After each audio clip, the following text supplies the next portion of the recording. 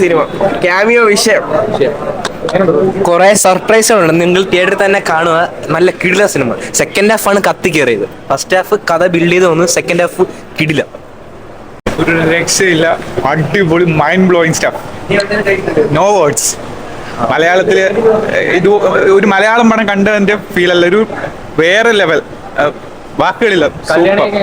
കല്യാണി തകർത്തിട്ടുണ്ട്. എത്ര എക്സ്പെക്ട് ചെയ്തില്ല.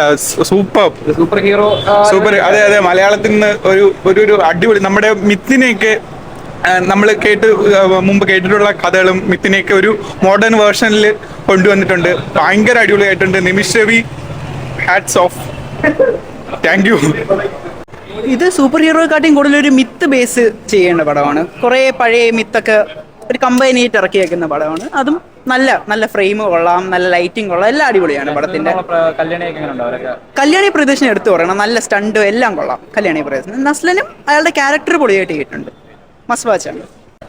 കിടിലം പടം. ഇത് എന്താ പറയാ, നമ്മളൊക്കെ ഭയങ്കര രോമാഞ്ചം അടിച്ചിരിക്കുകയാണ്. ഇതുപോലത്തെ ഒരു പടങ്ങൾ ഇനിയും വരണം.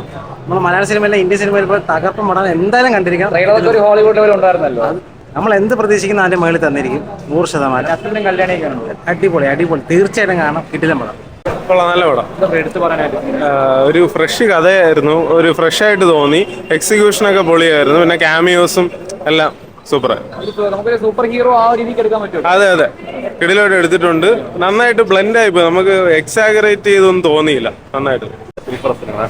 എല്ലാവരും മാക്സിമം നേരത്തെ തന്നെ കാണാൻ നോക്കുക. അധികം സ്പോയിലർ ഒന്നും അറിയണതിന് മുന്നേ ഇന്ന് തന്നെ കാണാൻ നോക്കുക. അടിപൊളി സിനിമ.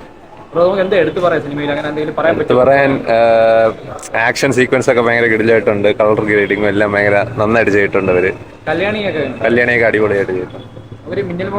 സൂപ്പർ ഹീറോ അങ്ങനെയൊക്കെ പറയാൻ പറ്റും ഉറപ്പായിട്ടും പറ്റും. കുറെ ക്യാമിയോ ഉണ്ട്. നമ്മൾ പ്രതീക്ഷിച്ചത് കുറെ ക്യാമിയോ. നമ്മള് ട്രെയിലർ കണ്ടൊരു മലയാള സിനിമ പോലും തോന്നിയില്ല. അങ്ങനെ ഒരു അല്ല, ഹോളിവുഡിലല്ല, നല്ല രക്ഷയില്ല. നല്ല കിടിലായിട്ട് ചെയ്തു വെച്ചിട്ടുണ്ട്. ഫ്രെയിമും ഇതൊക്കെ നല്ല ഹൈ ക്വാളിറ്റിയിൽ ചെയ്തു വെച്ചിട്ടുണ്ട്. പിന്നെ മലയാളികൾക്ക് എക്സ്മെൻ സീരീസ് കിട്ടണം എന്ന് എന്താ എടുത്ത് പറയാനായിരുന്നു? സീൻസ് ഒക്കെ കൊള്ളായിരുന്നു. ട്രാൻസാക്ഷൻ